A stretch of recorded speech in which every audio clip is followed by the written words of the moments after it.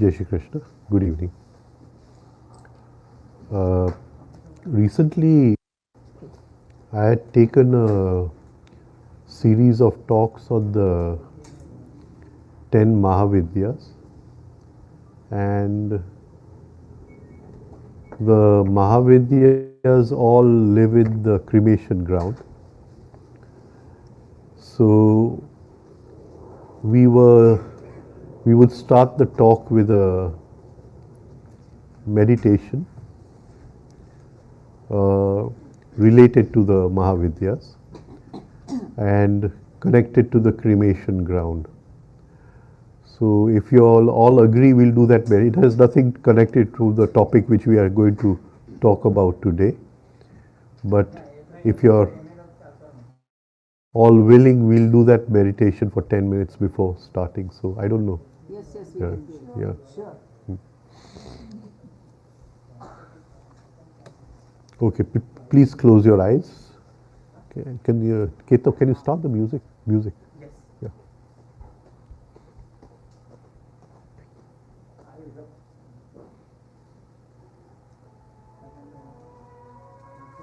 Loud, full color. I need this. Bus. That's enough. Oh, please breathe with the music. Close your eyes, breathe with the music. Now we are going to visualize the cremation ground, the smashan, and just visualize it and think of all the people who have ended their journey of life over here. And there are countless people. And when we think of all those people, we feel a certain tremor moving through our body. Feel that tremor moving through the body.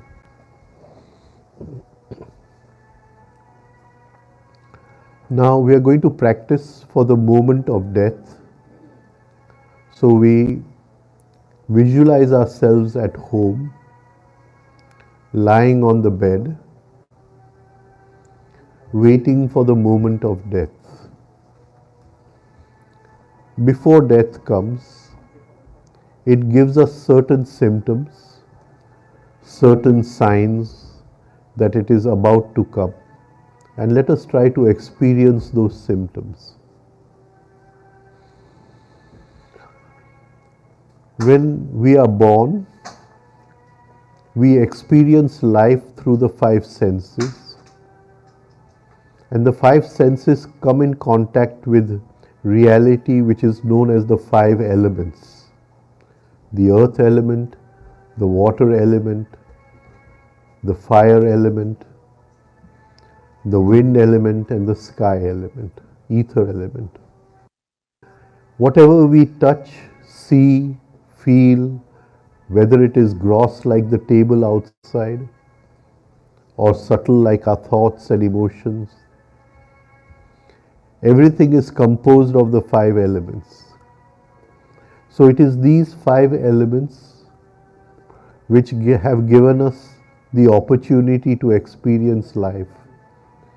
And now they are going to take their characteristic back. They are going to take their pattern back. And this is one of the symptoms that death is approaching. And we say thank you to them, that because of them we were able to experience and enjoy life. And the first element to go will be the earth element. When the earth element takes its sanskar back, it takes its pattern back, it takes its function back, we will feel as if we've lost all support. You're sitting on the chair, but somebody has pulled away the chair and you're sitting halfway in the air. Similarly, you're lying on the bed and somebody has taken the bed away and you will feel there is no bed, no support. And this will go away for some time and it will come back. Similarly with the water element, When the water element takes its function back, we'll feel as if our whole body is drying up, as if there's so much heat in the body now. And we'll ask someone that, please give me a little water to drink. Visualize yourself, all the juices of the body drying up. And with the water element going, the capacity to experience taste, the glands of taste, we can't taste anything for some time, that goes away. And then it comes back. Similarly, the fire element. And when the fire element goes, we are lying on the bed, and for some time we will feel as if we've been blinded, we can't see anything. It is the fire element which allows us to see. It has given us comfort throughout. So thank the fire element, and we don't feel upset when we see we are blind for some time. We know it's going to come back. And when the wind element goes, we won't be able to feel anything. We'll touch something, but there'll be no sensation. We'll lose all our sensations. So just visualize yourself, all sensations are lost. And when the sky element goes, we'll suddenly become deaf. The wind element gave us the freedom of movement, and the sky element gave us the space of the whole world to move in.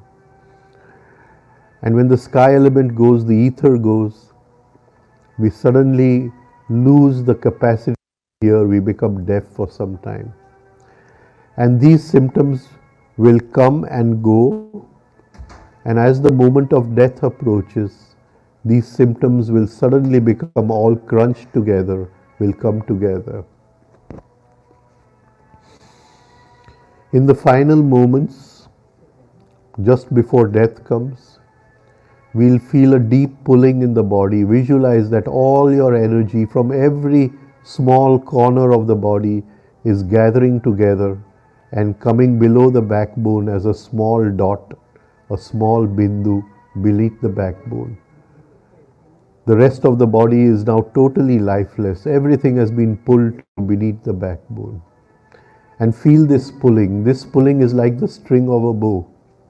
It is on this string that the soul is going to leave the body. And as we feel this, all the energy concentrated just below the backbone.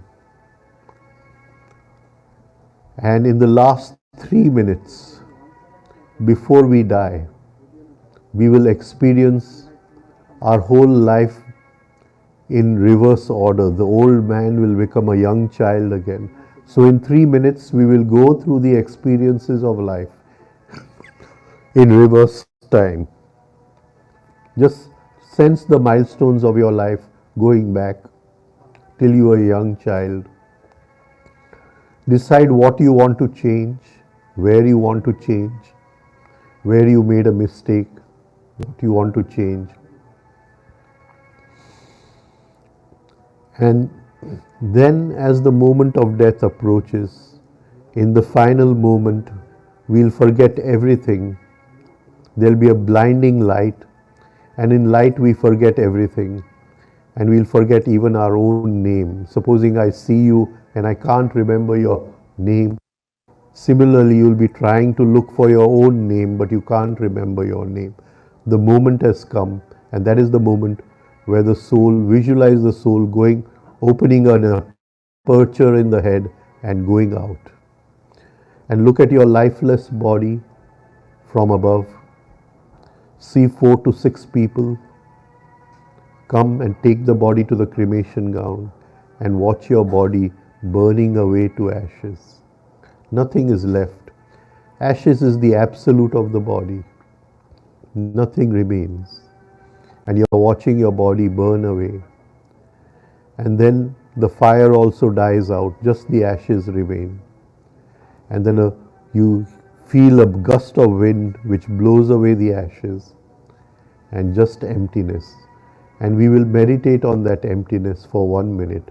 Breathe with the music. Meditate on that emptiness for 1 minute.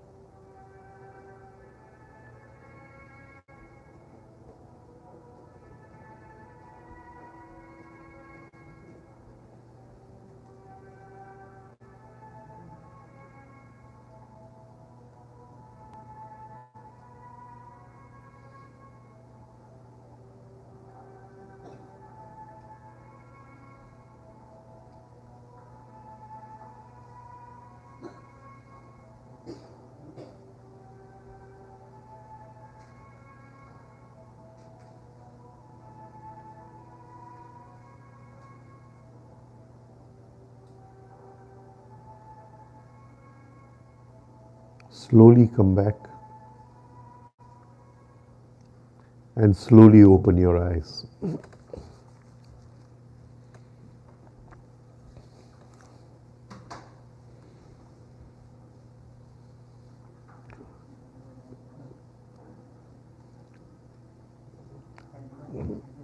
I must say I'm really surprised that so many people are interested in this law of the octaves. You'll have to pay a lot of attention to understand this law. The Indian Shastra says that in the beginning was Shiva, and there was no creation, nothing but just one principle, and we can take Shiva as that principle which never changes, the eternal principle, the absolute, or you can call it God. And the Shastra says that from his own self he created Shakti, the energy, and it is that energy which went to create the universe.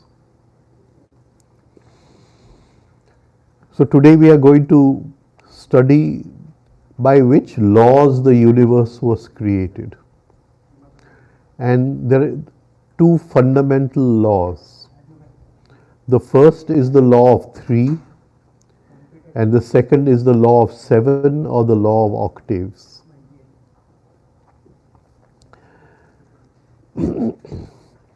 So these are the two basic laws in life.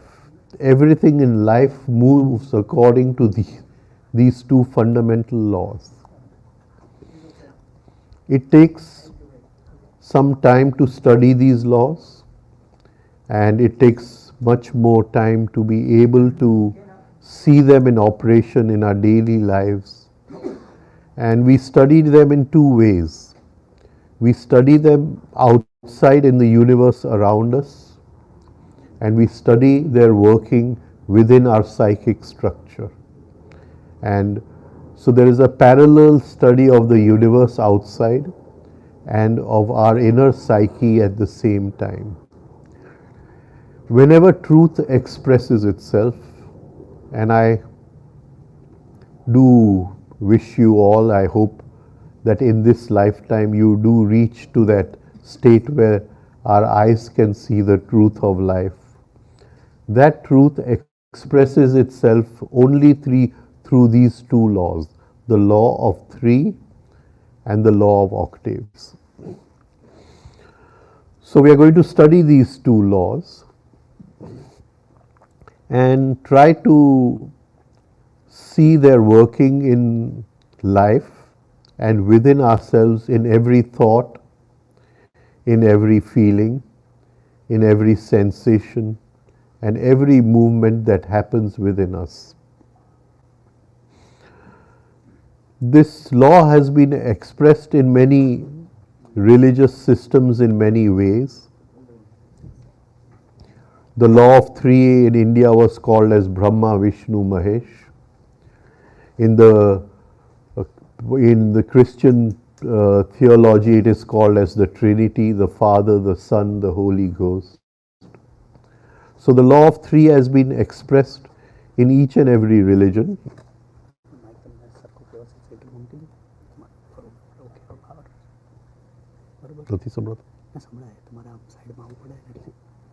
नहीं मैंने आँख ऊपर से हाँ किस side में right या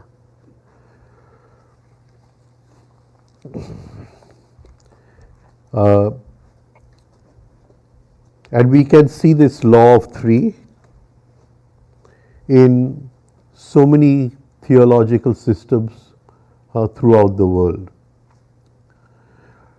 And when this law of three operates, it operates according to another law, which is called the law of octaves. This word octave has come from the musical scale. So when we use the musical scale do, re, mi, fa, so, la, si, 7 notes, and then the next note is the next do of the next octave, so that 8 together is called as an octave. The word octave means 8. But what we have today in its present form has been given to us by Gurdjieff and mainly by his disciple Ospinski. So the form we have it in today has been written on by Ospinski, and that is what we are going to talk about. The word octave means 8. That is the basic meaning. And the law came out of the observation of the musical scales. Now, in our Indian Shastra, we have something called Shruti. Shruti means that which is heard. That which is heard. And all the Vedas, all the Upanishads are Shruti, that the Rishi, not with this ordinary ear, with some inner yogic ear, he was able to hear something and he wrote that down, and that is how the Vedas and the Upanishads were created. Similarly, 2500 years ago, Pythagoras, with a different ear, he heard the vibrations of the planets.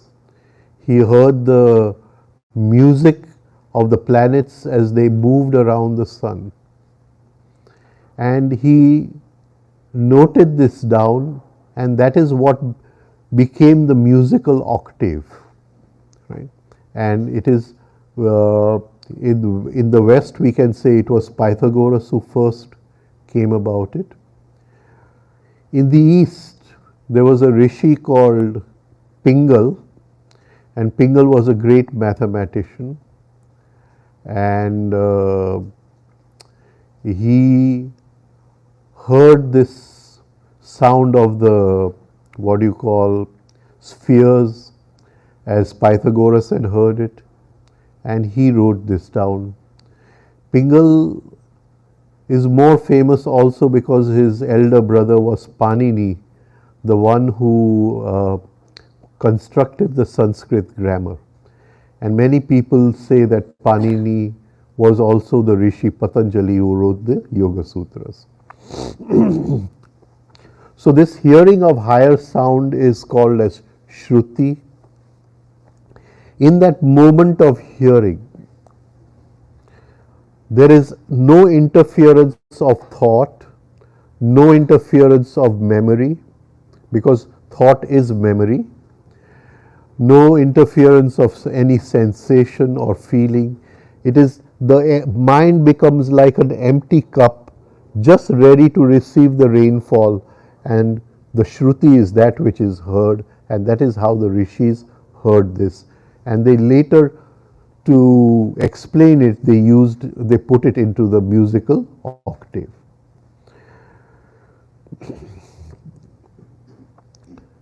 Now, this figure of 8 in the musical octave, which we will see, is that when from one do to another do, or from one sa to another sa, there is a doubling of frequency. Oh, we got it here.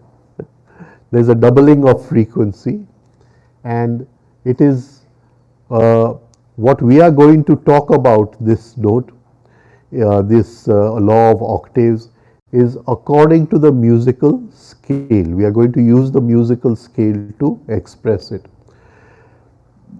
That does not mean other spectrums do not follow this law. Spectrum of light, we have the spectrum of radio waves, and we have so many other waves. All of them follow this law, but it is most easy to express in the musical scale. Pythagoras created his own, what you call, cosmology, and it was all based on figures of 8. Maybe this was known in China, in ancient China. China had a religion which was called Taoism, and Taoism has two principles, the yin and the yang, and the yin and yang are expressed in lines of 8, which are called lines of 6, which are called hexagrams, and there are 64 hexagrams, again 8 into 8, and we can see that in the I Ching. So the Taoist cosmology was of 6 lines called a hexagram, and they had 8 into 8, 64 hexagrams.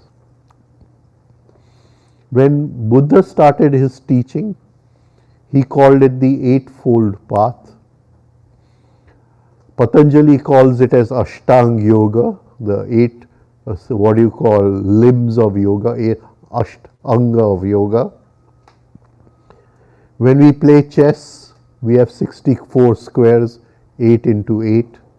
That is also based on the, what you call, Law of Octaves. In 1860, a scientist from the Royal Society of Chemistry, his name was John Newland, and he suggested that all chemical elements had, he said that they belong to 8 different families. And he, because he based his, what you call, observations on the laws of Pythagoras, he was ridiculed in the scientific community, and he was thrown out of the Royal Society of Chemists. And because Pythagoras was not accepted in science, he was called a magician, not accepted in science as such. 10 years later, Mendeleev came out, was the founder of the periodic table, and he was the first one to put the periodic table in front of the scientific community.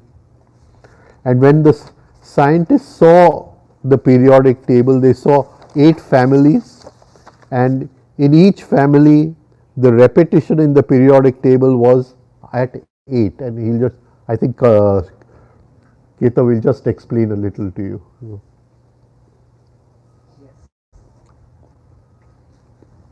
So in the periodic table, you typically, depending on how many electrons are there in the final shell, you classify it into 8 groups. So the first one electron is your hydrogen, lithium, sodium, 2 electrons, the calcium family. Then 3, 4, 5, 6, 7, and 8. So these are the 5. So these are the 8 families that are there in the periodic table. The other interesting thing to note is that, let's say if we pick one of these families, which is the halogens, chlorine, bromine, iodine, every subsequent horizontal line, there is almost a doubling of the atomic weight. So from 9 to 70, 17 to 35. And the reason it's an approximate doubling and not the exact doubling is because science just considers the physical and chemical properties of an object. There are also, according to Gurdjieff, cosmic properties, which is the role of this element in the cosmic design. And if that were to be considered, and if that were to be added in these weights, then it would be an exact doubling. So this also follows the law of octaves.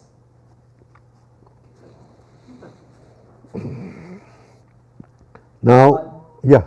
Just one minor announcement. Yeah. If anyone's phone is connected to the Wi-Fi here, the BAVYP guest Wi-Fi, I just request you to disconnect it. We are having limited bandwidth and this live streaming is going on.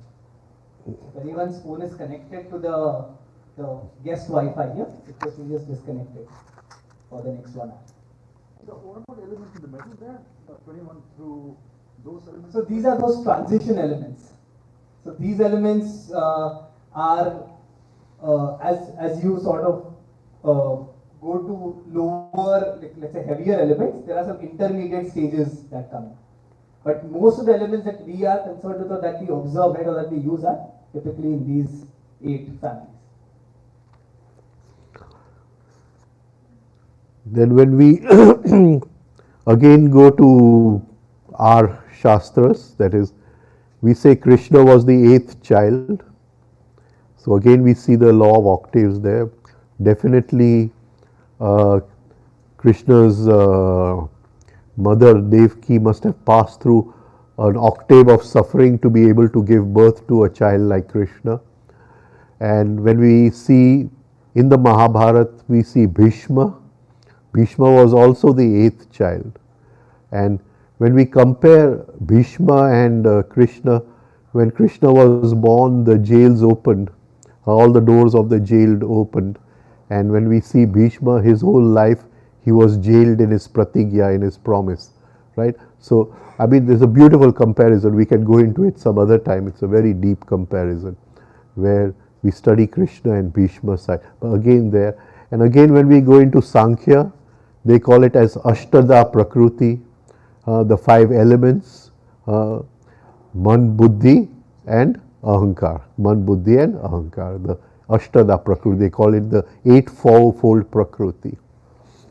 Now this word Prakriti, pra means before, kruti means creation. That which was there before creation, right? And this state of before creation,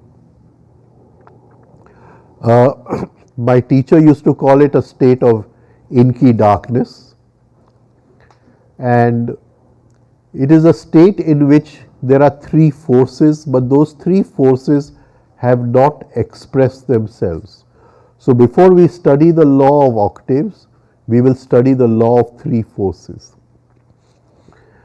These three forces were in that infinite emptiness, but because they were in a state of rhythm and balance, no creation was possible. But it was the desire of the Absolute, the will of the Absolute to have creation. In our Shastra we call any Ichha Shakti, his desire energy to have creation. And so out of this state of rhythm and balance, one force appeared. Okay, I will create. And that force is called the active force. In Sankhya terminology, it is called as Rajas, the active force, Rajas. So out of that state of rhythm and balance, one force appeared, and we call it as the active force. And it says, I want to create the universe. I want to create the universe. But how does one create the universe? To create anything, you need material. You need something with which to create. When we were children, we played with the Lego. So we had the Lego bricks to create. Or we played with plasticine. So we had plasticine to create. So what is the basic material to create? So another force came out of that, which was the passive force. It told the active force that you want to create the universe. You use me as the material to create the universe. And that is called the passive force.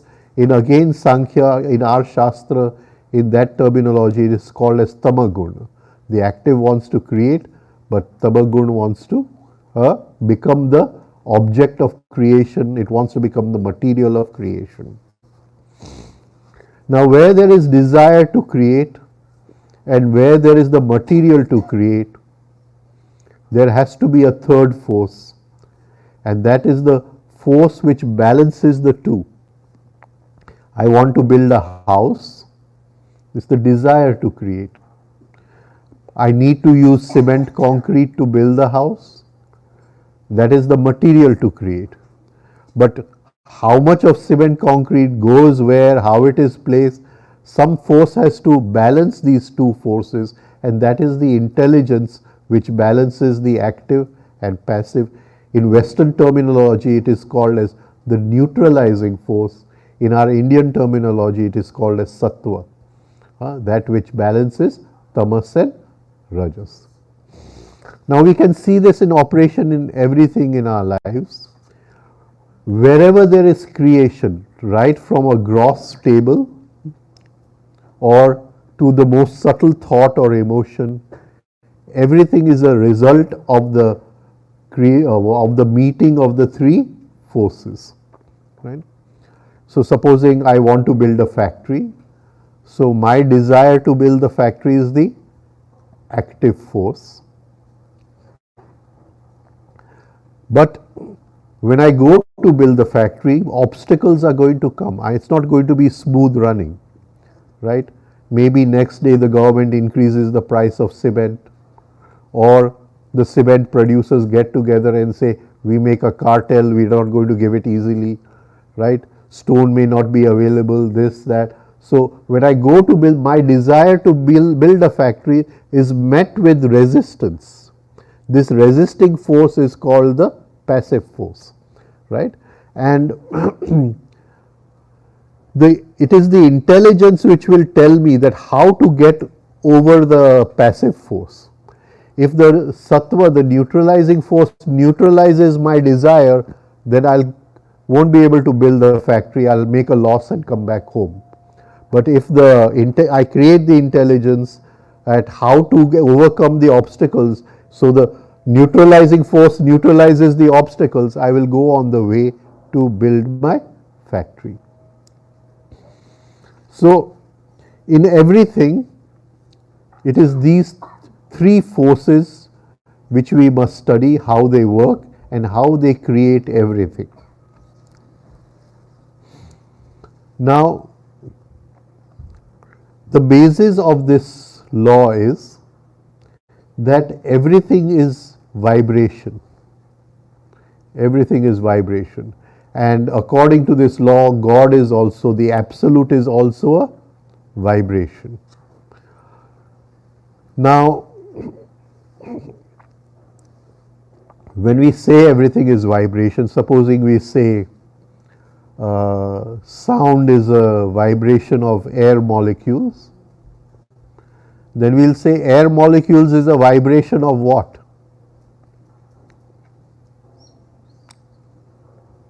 Right? So the rishis said that which is vibrating, whether it is in a state, if we take it as Shiva, it is in a state of non-vibrating. If we take it as Shakti, it is in a state of vibrating. So that which was the absolute, which is that which vibrates, they called it as that, Tat. They called it as Tat, that. And that vibrating as sky, as the air, molecules of sky, they call it as Akash, Tatva. So Tatva is thatness as Akash. That molecule, that vibrating as the element of air which gives us the feeling of touch, thatness Tatva, Vayu Tatva, thatness vibrating as air. Can you see what I am trying to say? So thatness vibrating as fire, thatness vibrating as water, thatness vibrating as what do you call the earth element. So it is, everything was that, Tat. And then they came to in the Upanishads you have a word which is Tattvamasi. You are that, thou art that. Thou art that. So that vibration which became Akash, whether it is a vibration or beyond vibration, we are that and we can experience that. And how do we experience that? We move through these five elements in such a way that we go beyond and experience that which is in all of them vibrating, and that vibrating part we call as the absolute. Now, if we were to make a scale from subtle to gross,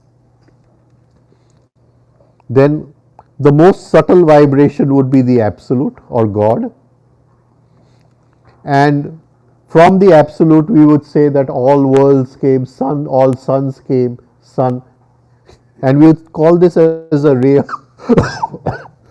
ray of creation. Just try to understand this.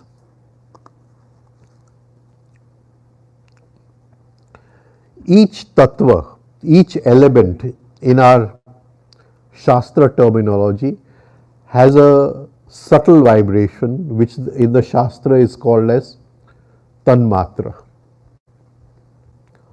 Now, supposing I'm eating food, right? So the gross food is made of the 5 elements. There's a water part of the food, there's a physical part, the earth part of the food, there is air in the food, there is the sky element, because between the different atoms there is also sky element in the food. So what I'm eating is the 5 elements. Now if I can just stop my thinking and try to bring the energy of sensitivity into the food, then at one point the physical food will disappear. I'm just moving into taste, with taste which is the vibration of water element, right? Can you get across what? And at that time I move into taste, so I'm moving from the element, the gross element, to the subtle element, the tanmatra. I'm moving from gross vibration to subtle vibration.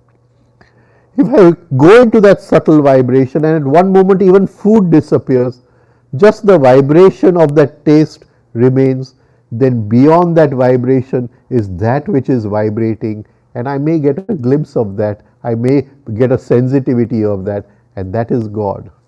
And this is the journey through which we reach God through the 5 elements.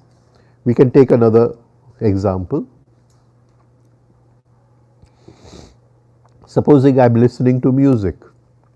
So music is the thatness of the sky element. It is the guna of the sky element. So it is the sky element which I am listening to. And at one point I dissolve into the music. So the physical form of the music which my ears are hearing, it goes away. And I go into the deeper sensitivity which is the tanmatra of the sky element, and I sort of merge with those vibrations. Then I have merged from the gross to the subtle, and maybe beyond that I touch that which is vibrating as the sky element, and if I get a glimpse of that, I get a glimpse of God. So this is a what you call, if we meditate on the 5 elements in this way, then we understand what is being explained over here, that there is something beyond which is the basis of all vibrations. The rishis called it as that, and that is that which is vibrating as thatness, which is the tattva, the 5 tattvas. So the original vibration is the absolute God, and that same vibration, as the frequency decreases, highest vibration, less subtle, most frequency decreases, at a certain level it becomes physical matter. But the vibration, it is the same vibration, right? It is just the frequency of the vibrations has, what you call, decreased. It has become more gross.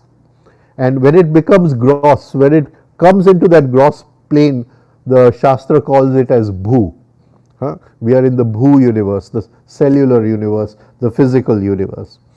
So right from God to the most, what you call, dead stone, what we call a dead stone or a mineral or a rock, if we call that as nadir and we call that as absolute, everything is nothing but vibrations, different frequency of vibrations, and it is these vibrations which are come together to create the physical universe, and how they come together is the basis of the 3 forces, the law of the 3 forces.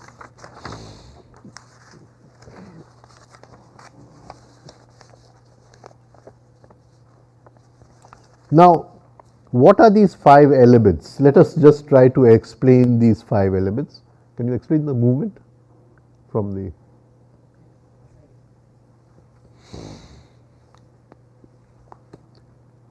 So our Shastra says that first there was Bindu.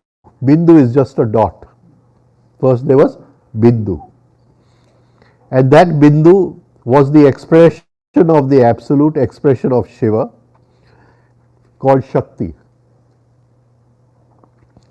The Bindu stretched itself.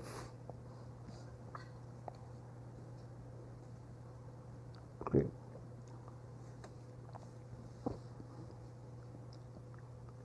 So when it stretched itself, it became the universe. The universe is nothing but the stretching of that bindu. In the stretching of that bindu, space was created for God to play in the universe.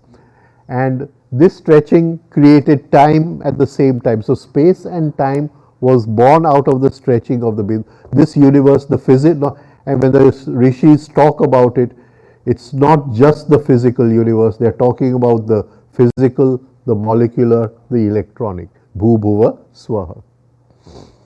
Now, the first energy created out of this bindu followed this bindu, that is the dot in between, the stretching,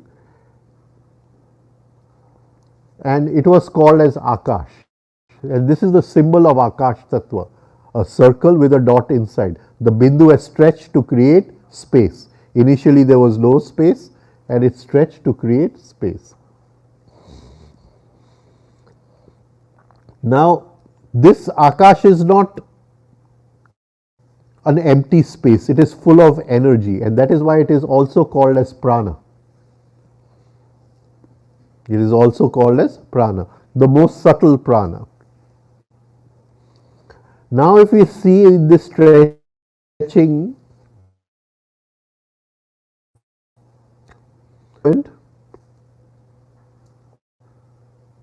because the circle was on the circle.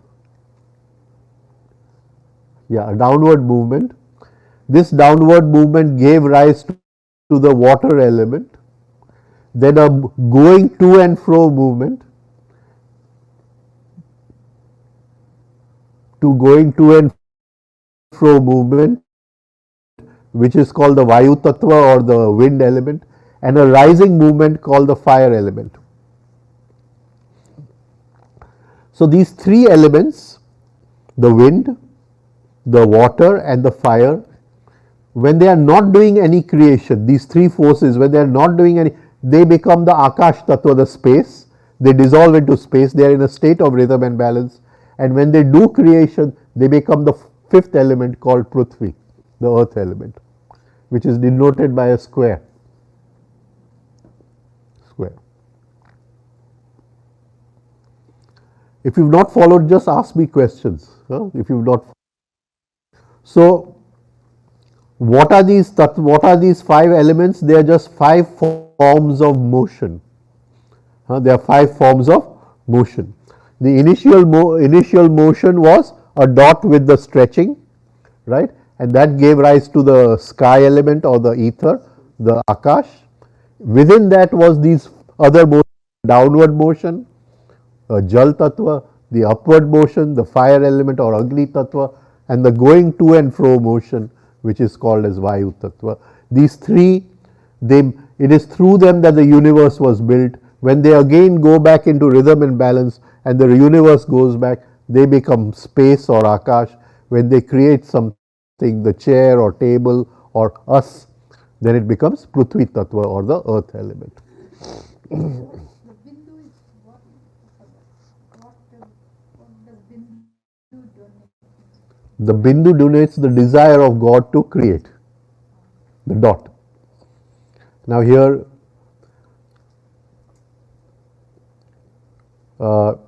when we studied geometry, what was a dot?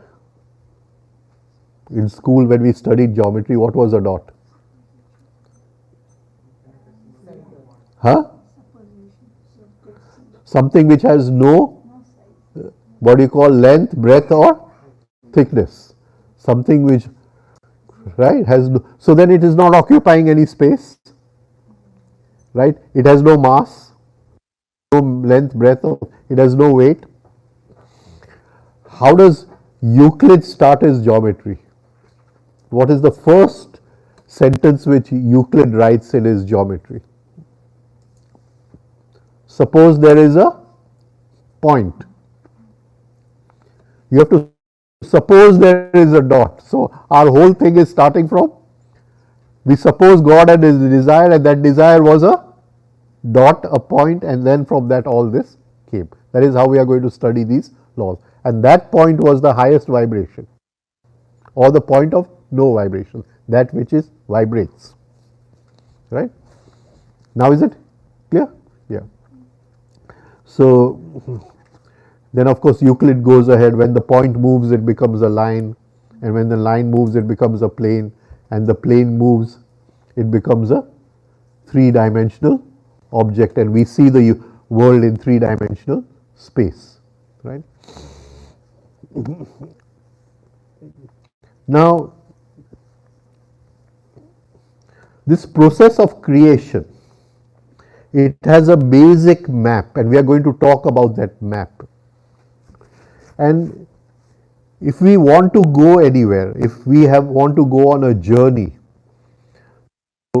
we need a map of where we are going. Supposing we are going from Ahmedabad to Delhi, then we need a map. From Ahmedabad you go to Jaipur, from Jaipur you go to some other place and you reach Delhi. So you have the map. Similarly, from where we are, if we want to experience God, what is the inner map?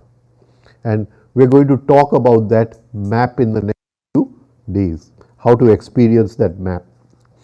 One question. Yeah. So you said the point and the five elements and stuff, but there's also you talked about the Ichha Shakti, the intention to create. Is that outside the realm of these the five tattvas Yeah. you're talking about? Okay, so you've been to a Shiva temple? What is the types of Shiva lings? Which is the most famous type?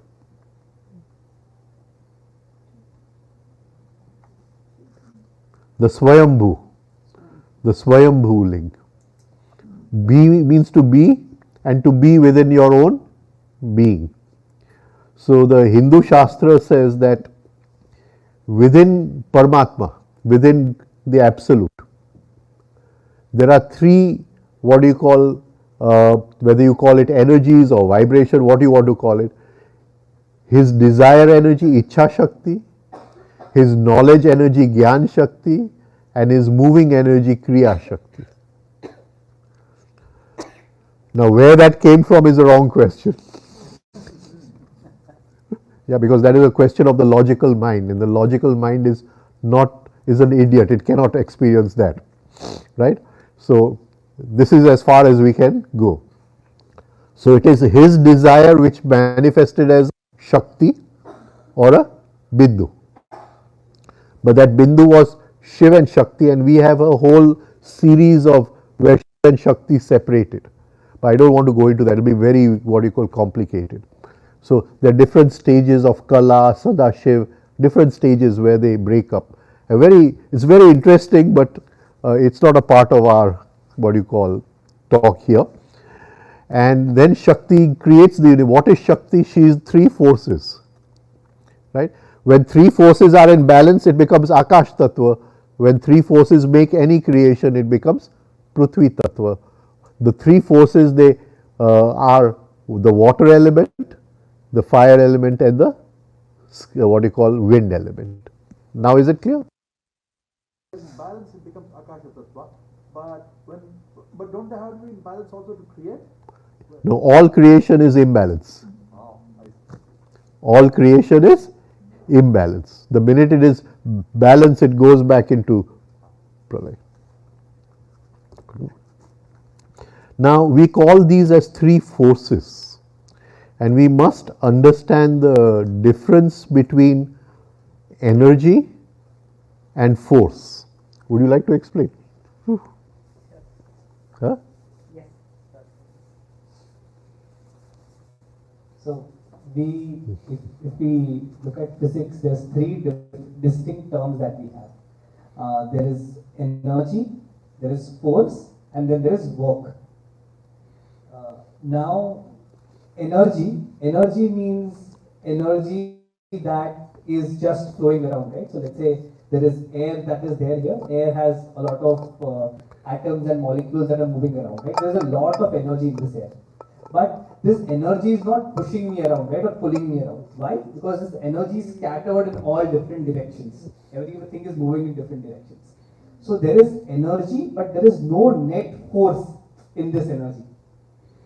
But if I am able to, let's say, suck that air in a certain direction, right, and then it becomes wind, right, and then it has a certain direction. So when energy has a certain direction, it becomes force.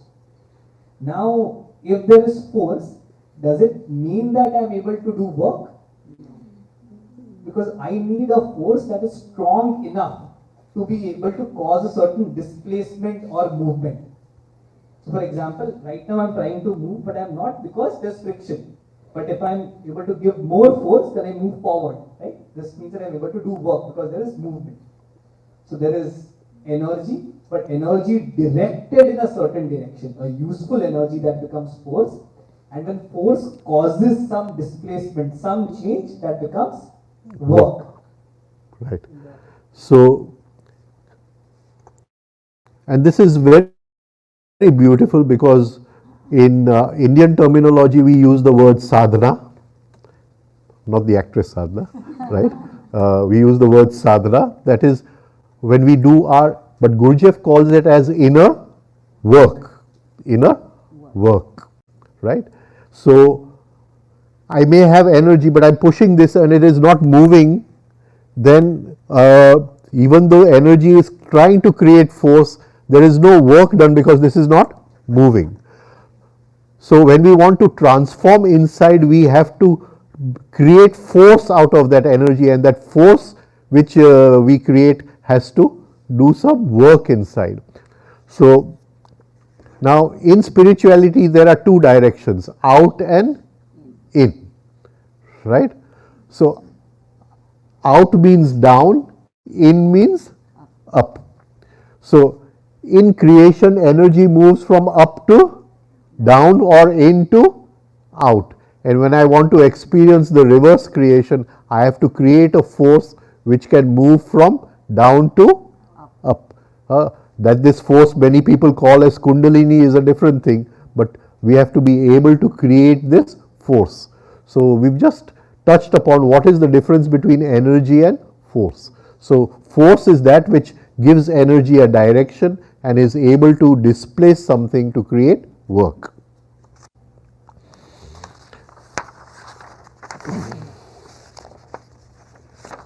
Now, how do we lose force in life? How do we lose force in life?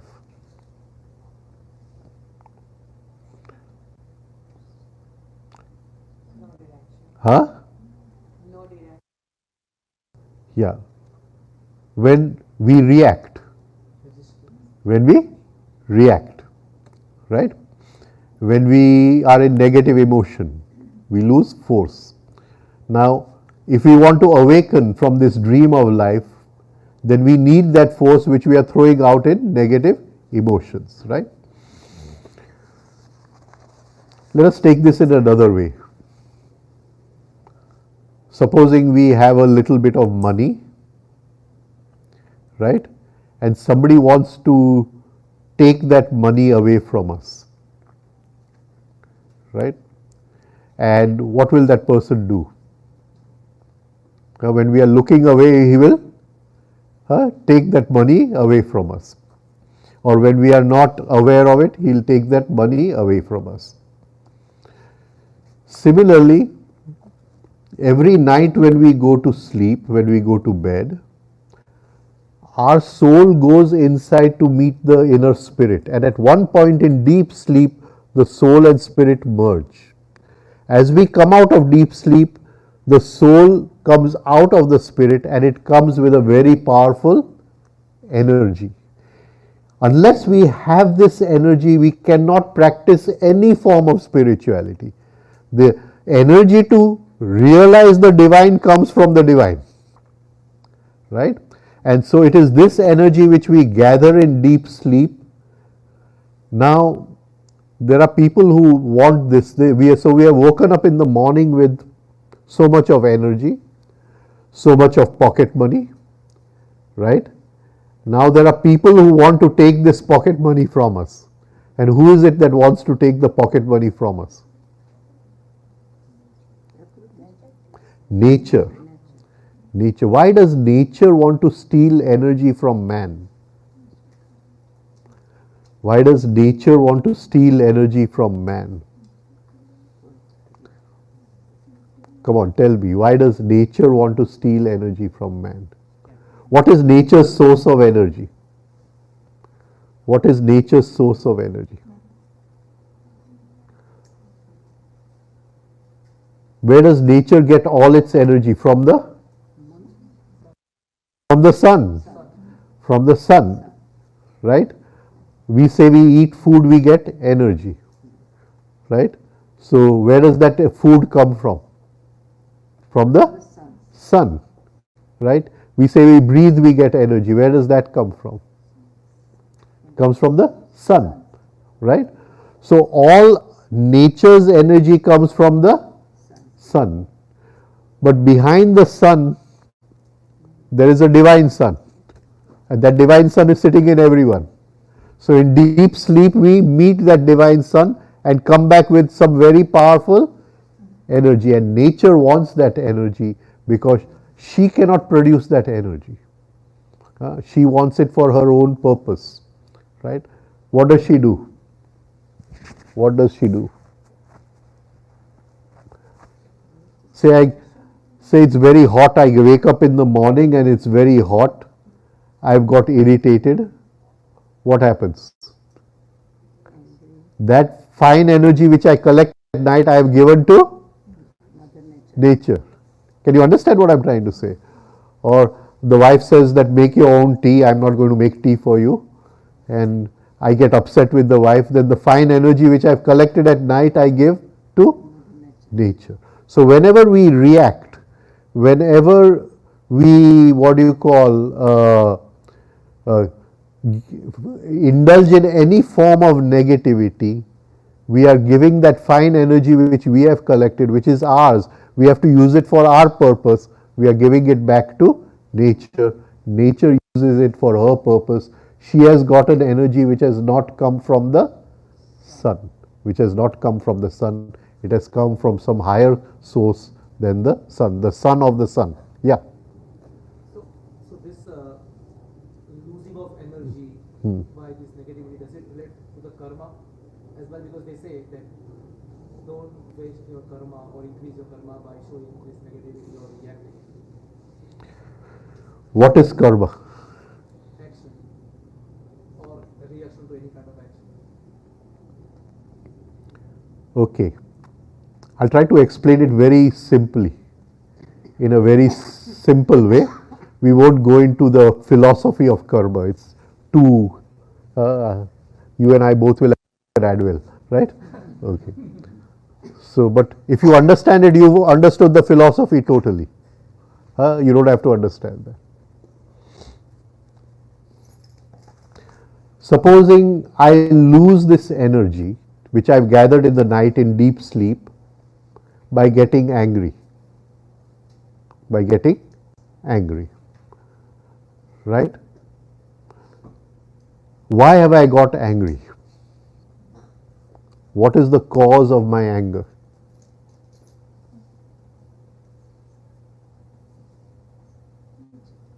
Reaction to some. Okay, so I'll say you insulted me, that's why I got. True? Hey, what does karma say? Come on, say it. You talked about karma, right? You insulted me early in the morning. I had this beautiful energy which I gathered in the night and I wasted it all. By 12 o'clock in the morning, I'm bankrupt, no pocket money left. When next month my mother and father send the money order, I'll have something, to go to a restaurant and eat, right? Okay. Why did I get, what is the cause of anger? Tell me, what is the cause of, anyone can answer. Disagreement with something. Okay. Let's talk about something else and come back to anger. Supposing there's a potter, one who makes clay pots, right? What does he use to make his pots? Clay. Huh? The clay. Yeah, but we'll just take, we'll just take clay just. If there is no clay, can he make a pot? No. Cannot make a pot. Right? So clay is the material by which you make a pot. Right? In the Indian Shastra, the potter is called as Nimit. The clay is called as Upadan, the material. Right? We can take the Western Shastra. The potter is called as the instrumental cause, and the clay is called as the material cause. Can you understand what I'm trying to say? Now, supposing there is no clay, can the potter make a pot? Right?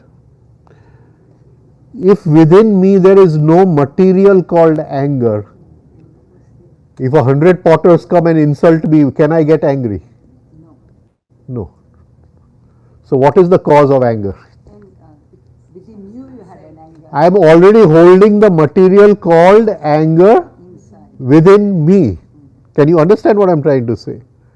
I am already holding the material called anger within me. That is the material cause. You insulting me are the instrumental cause. Instrumental cause. Isn't anger an emotional reaction? But it is still a material. It's still a material. Now what is that material which I am holding inside, the anger which I am holding inside? What kind of karma? There are three kinds of karma. What karma is that? Sanchit karma, the accumulated karma. The accumulated karma. Just draw it for them. So, you didn't get it? No, again I'll come to it. If there is no material called anger, can I get angry?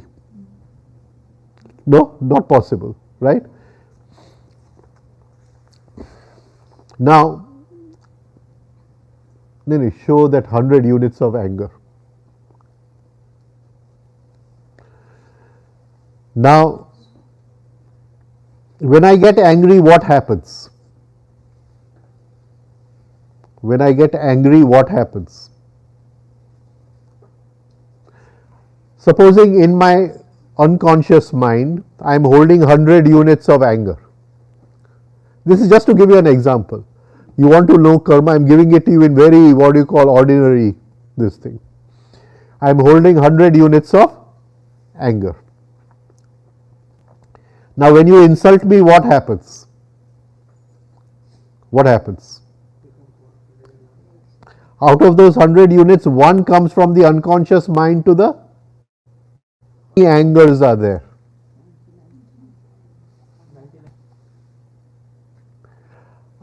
See, one came out and one I created. One I created by getting angry on you. Right? So now, how many go back?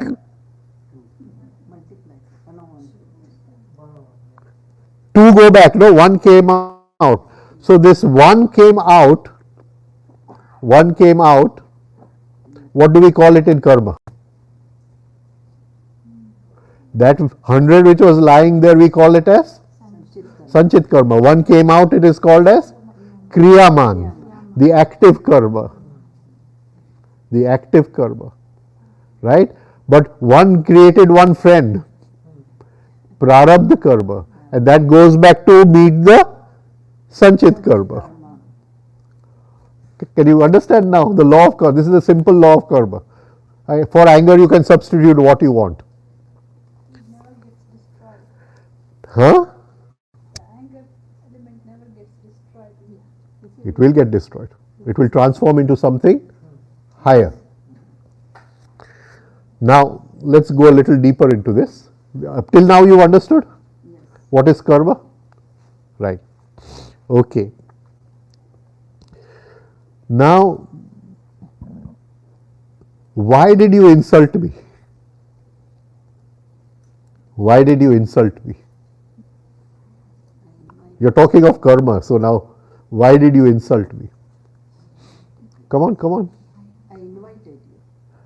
Is it that this 100 units of anger, they wanted to become 101? So they wanted a situation where they, what do you call, I become angry so they can create one more anger. So did they send you an invitation letter to insult me? Can you see what is karma? Is this 100 units of anger having an effect on all the events of my life? Can you get it? Right? That is karma. I think the events are coming to meet me, they are all new events. No new events are coming to meet me. And I'm holding so much of stuff inside that is sending the invitation letter. Can you get it? And that is why I say it is the karma being executed. Now let's go back to this. 1 unit of anger comes out, right? And instead of I getting angry, I say I don't want to get angry. I want to look at it from far away, as if I'm looking at this chair. I want to look at the anger inside of me, which is called self-observation, right? Self-observation. And when you go into karma, they have different laws. They call it jati, ayu, bhoga, right? I won't go into that. But say anger has a ayu, a life. It has a lifespan. Say the lifespan is, say, 2 minutes. Say the lifespan is 2 minutes. So this 1 unit of anger has come out. It has a lifespan of 2 minutes, and if I can separate from it as 2 minutes, which in yoga is called as dharana, dhyana, samadhi, I separate from it for 2 minutes, it does not remain anger. It transforms into a force which I can use for my spirituality, for my journey, inner journey. It transforms into something higher just by my looking at it, because anger is darkness and my observing is light. Can you get what I'm trying to say? Then the 100 will remain 100. Then what remains inside? 99. 99. Will that change the events of my life? Has my karma changed? Changed. Because now 100 is not inviting. Who is inviting? 99. 99. You get what I'm trying to say? What? Repeat again everything you say. Now I have one other follow-up question.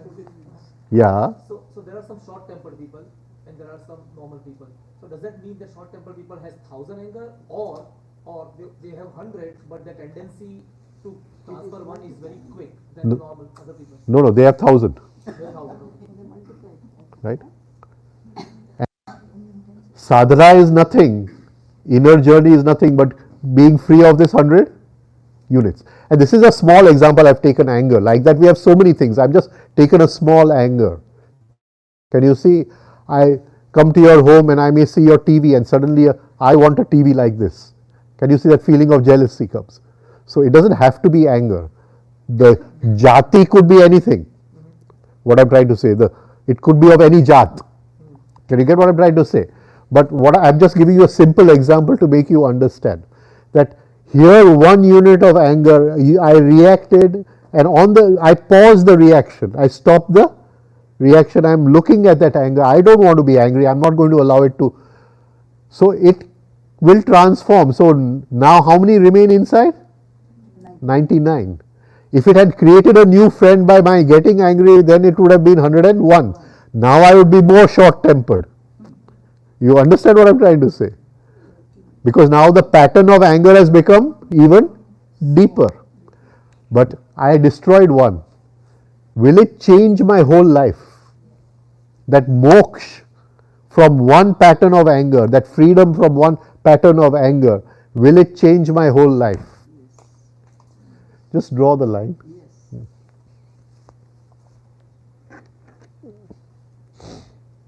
Just draw a line.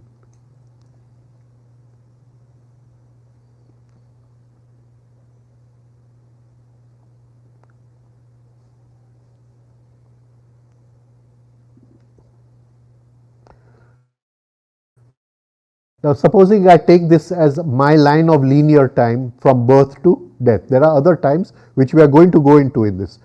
There is also a vertical time, different time, but just now I am just taking this from birth to death.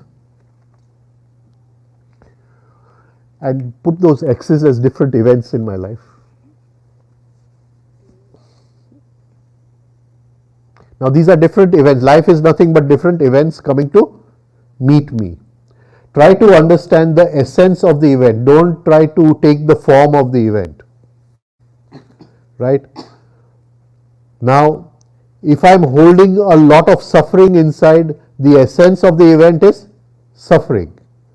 You may say that yesterday I was poor, today I have more money. So where is the suffering in my life? But that more money is only going to bring me suffering because suffering has invited it. Can you understand what I am trying to say? Right? We say, "Arey, he has earned so much of money, that is good karma he must have done." Money has nothing to do with karma. Whether money brings happiness or whether money brings suffering has to do with karma. You understand what I am trying to say? Right? When I have no money, I may have a desire for a little bit of money. But when I have so much of money, I may have a desire for so much of money. So the karma has put me into more suffering. The money has put me into more suffering. Can you get what I am saying? So don't take the events of life in their physical form, but take them as in their essence. Now, these are the events of life which are going to come to meet me. Whom are these events of life coming to meet?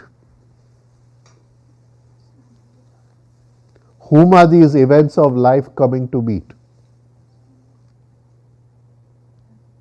What's your name? What's your name? Chirag. Chirag. Are they coming to meet Chirag? They don't know your name. How are they coming to meet you? They can't come to meet you.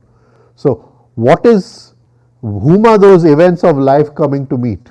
My experience. Those 100 angers.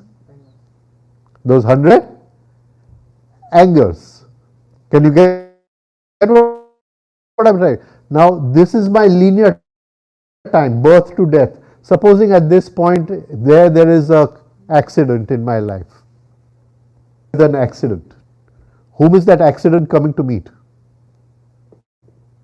100 angers.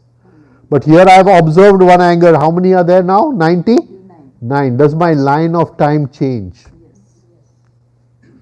Does my line of time change? Will I now invite that accident, or will that accident go from below and I will go from above? Will the events of my life change? Can you get what I'm trying to say? Sermon. What were the 4 noble truths he talked about? There is pain. Pain is inevitable. There is pain. There is a cause of pain. What is the cause of pain? 100 angers. That cause can be known and removed. And when the cause is removed, pain which was yet to come can be avoided. Heyam dukham anagatam. Right? So you said there is pain first, right? What that is coming from where? From the I am inviting it. coming from somebody else or something. It is your collected karma which is inviting the pain. It can come from nature also. It cannot come from anywhere. It is only come from your invitation. But from somewhere, right? That is the instrumental cause. You are inviting it. You are inviting it. Right? Can you get what I am trying to say? Now, if you change that, supposing I am holding a lot of pain inside and I go to a homeopathic doctor, he'll say, you better get rid of the pain, otherwise you will get blood pressure tomorrow. Right? So, in homeopathy, they they give you a medicine to get rid of your anger. Right? So, you avoid blood pressure medicine. Right? Okay. So, the material called pain is lying within me. That material called pain is trying to increase its members of its political party. right? All the political parties want more members. How does it do it? By bringing an event in life where I feel pain and I suffer the pain. Now if that event comes in life and I say I don't want to suffer, it is in my hands, હું દુઃખી થવા નથી માંગતો, then that pain can't do anything to me. Then that pain which was lying inside has now reduced in momentum. Can you understand what I'm trying to say? Right? I have freed myself from the law of karma. Can you get it? And this is how we rise above karma. And a point must come in our lives when we do not create any new karma. But that can only come when the go down is empty. Right? Now we'll talk a little more deeper now that we've come here. When you say when the go down is empty, that's called moksha. Even to be free from one, sir, is moksha. To be free from even one is because you've tasted the blood. And once you've tasted it, then you are going to go for that. You're going to work on yourself. You're going to become more conscious of what is coming out of your unconscious mind. And you're going to separate from it and not allow it to, what you call, lead your life. Okay, now we'll go a little deeper into this. We talked about linear time, which is the Indian Shastra which talks about instrumental cause and material cause. The deep Shastra. Come on, everybody knows. What is Krishna telling Arjun? You do the karma.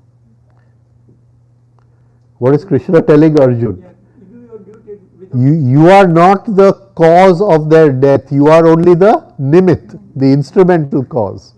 Your arrow is only the instrumental cause. Death, much law I have already sent to their homes. The material called death, I have already sent to their homes. Right? Arjun had this ego that I am killing them. Right? But he says, don't have that ego. If you have the ego, then you are the doer. You will create more karma. But when you are not the doer, you have separated, you have not been hypnotized, then you do not create karma. And this is the only Shastra in the world which says that if you do it through karta bhav, even hinsa is ahimsa, and if you do it if you do it without karta bhav, even hinsa is ahimsa. Even killing the person, that doesn't give you a license to kill, right? Only James Bond had the license to kill, right? And if you love through karta bhav, then it is hinsa. It is not this thing. It's the only Shastra in the world. So he's talking about the same thing, the instrumental cause and the material cause. He says the material called death I have already sent to their homes. You don't bother. You have to send the final postcard that you have died. They'll open the postcard. That is your arrow. You have died, and that's it. It's very difficult to understand this because we can only think in linear time. That first the arrow goes and then death comes. Right? But people who have risen to a certain level, they can see death hovering above for a few days before they go. Death has already come to their home. Now only the final arrow, right? It could be anything, a heart attack or whatever. That is the final arrow, but death was already there. You understand? So that is there in this. Now we'll talk a little deeper, more deeper in this, go a little deeper. Say we take one line of time and we call it the law of accident.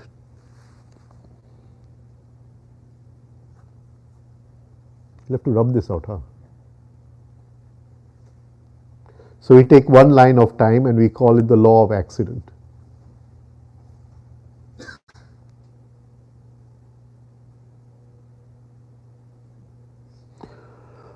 Are we under this law?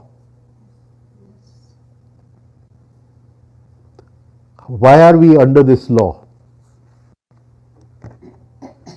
Why are we under this law? See, one anger came out of the unconscious mind and I became angry. Right? I was automatically seduced by that anger. I was automatically enticed by that anger. It pulled me, hypnotized me, and I became angry. Is it an accident or not an accident? It is an accident.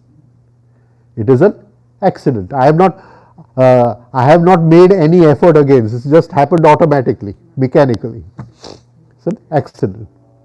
Let's take another example.